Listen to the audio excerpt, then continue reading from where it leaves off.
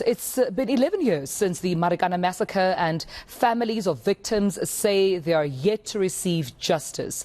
44 people, we understand, died in total during the wildcat strike at the Lonmin Platinum Mine. The government will today, though, give an update on progress made regarding the litigation case. The Socio-Economic Rights Institute of South Africa, though, is representing 36 families of the miners killed in the Marikana Massacre, and SERI Executive Director Nomzamo Zondo joins us ahead of that briefing this afternoon. Nomzamo, thank you so much for your time and a very warm good morning to you. Now, you've been with the families of these 36 families, rather, directly affected by this tragedy from inception to date. 11 years later, as we commemorate the 11th anniversary, how would you rate, the commitment from government to ensure that these families receive justice?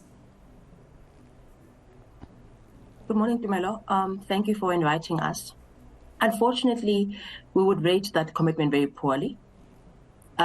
Just like at the beginning, the families have had to fight for everything in relation to justice. In the same way, they had to fight to be included and participate in the Commission of Inquiry. They've had to fight for justice in relation to compensation. They've had to push in relation to prosecutions, and even their responses have been slow. The families have even gone as far as to assist IPID to locate witnesses in order to make sure that the prosecutions happen, precisely because nothing has come from the state. There's been no willingness to ensure that the victims receive justice. And I think one of the things that makes this quite clear, and I hope that when government gives this update, it gives a response on this. Why is it that the apology that the families requested in the litigation has not been given? Despite the fact that no one in this country can deny that that the 37 people that were killed by the police. No one can deny that. That the 34 that were killed on the 16th of August were killed by the police in an instance where the police claimed that they were acting in self-defense, but not even one. There wasn't even a police officer who could provide a spray or a scratch to say, "I was scratched here. That's why 34 people are dead." And so to sit here today to say they're going to give an update, wonderful, but at least one would like to hear from them. Why has the apology not come? Yeah. Also, I mean, we're talking here of the then president, now former president Jacob Zuma, the then deputy president, now president Cyril Ramaphosa. It seems neither of them have shown that apology, have given it, have granted it. At the same breath, we've heard of a promise from President Cyril Ramaphosa that he will visit the widows and the families and engage with them. None of that has happened so far.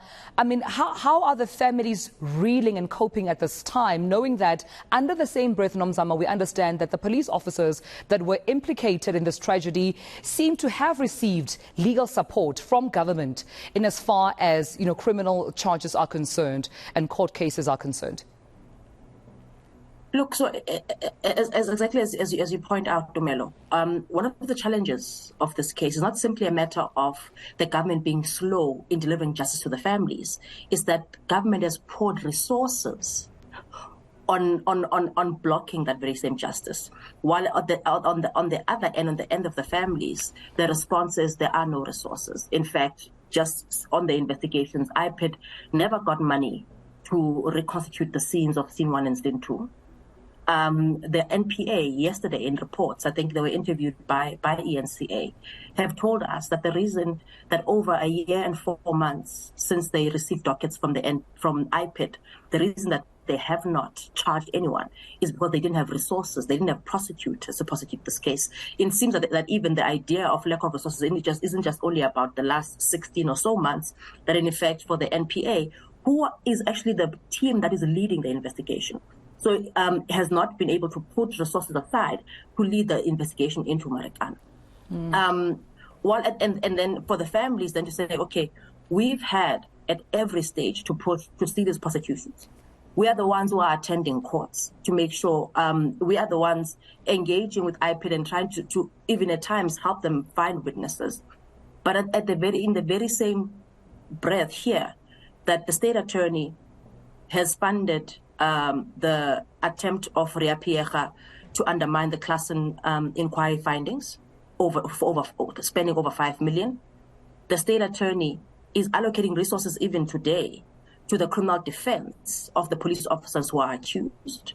In fact, in the one criminal case that is sitting now, there are 3 state prosecutors who represent the interests of the families, but there are 3 legal teams that represent the interests of the 6 police officers who are charged. Now, if we speak about the 16th of August, where we might anticipate that even there's over 100 police officers who are charged, we're then looking at the possibility that the state will make available maybe 20, 30 legal teams to represent the police.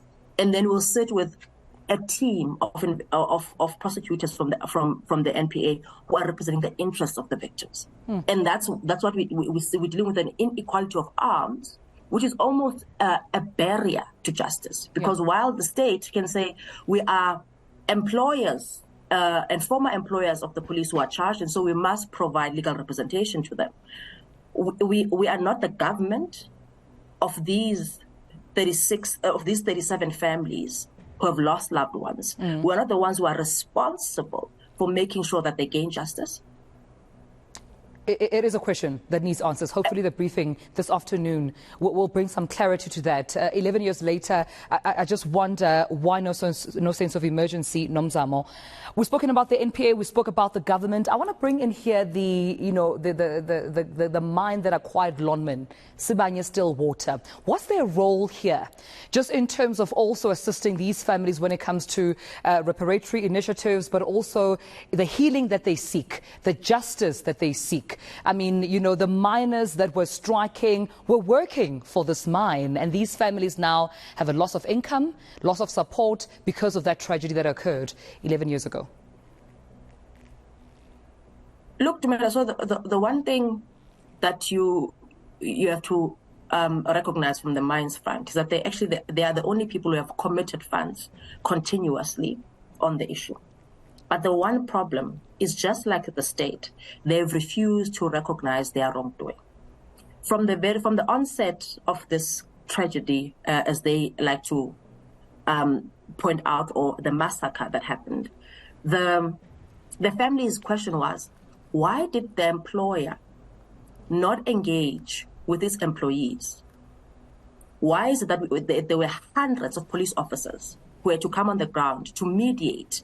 It actually mediated a dispute between an employer and their employees. And people will remember that at the beginning of the police being brought onto the scene, Lonmin denied knowing the miners were sitting on the mountain.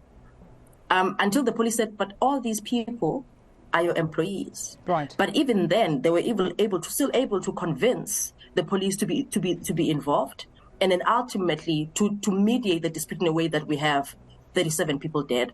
And another 7 people dead.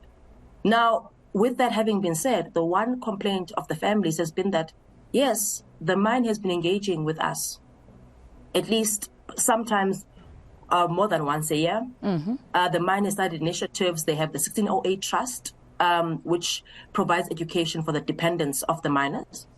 That 1608 Trust has been around now for almost close to 10 years. But that trust, the families don't have the trust deed. So they do not know what are the parameters of that trust, 1.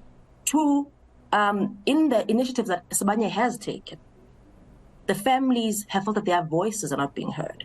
So in as much as the mine is committed to reparation, it's committed to reparation on its terms. Right. And again, in litigation, at least brought by the miners, to say to the mine, you are responsible to what happened to us. You must apologize. You must build a monument. The mine's position has been, you're not legally entitled to an apology from us. You're not legally entitled to a monument from us. Yet at the same time, they've already engaged architects. They've engaged dialogue specialists. They've had meetings with the families. But at the same time, they've taken the position that we are not legally obligated. So their reparatory initiative has been charity. And the family's demand is, this is not charity. Right. You are doing this because you have blood on your hands. And until you recognize that, 1, and 2, engage in a reparatory initiative that is led by us and is centered on our healing, we can't take what you're doing seriously. Nomzamo, I have to leave it there, but thank you so much for speaking to me about this. Nomzamo Zondo speaking to me, the Socio-Economic Rights Institute of South Africa Executive Director. We're expecting, of course, a briefing this afternoon just to hear what progress has been made, if any, with regards to justice being received for these families 11 years later.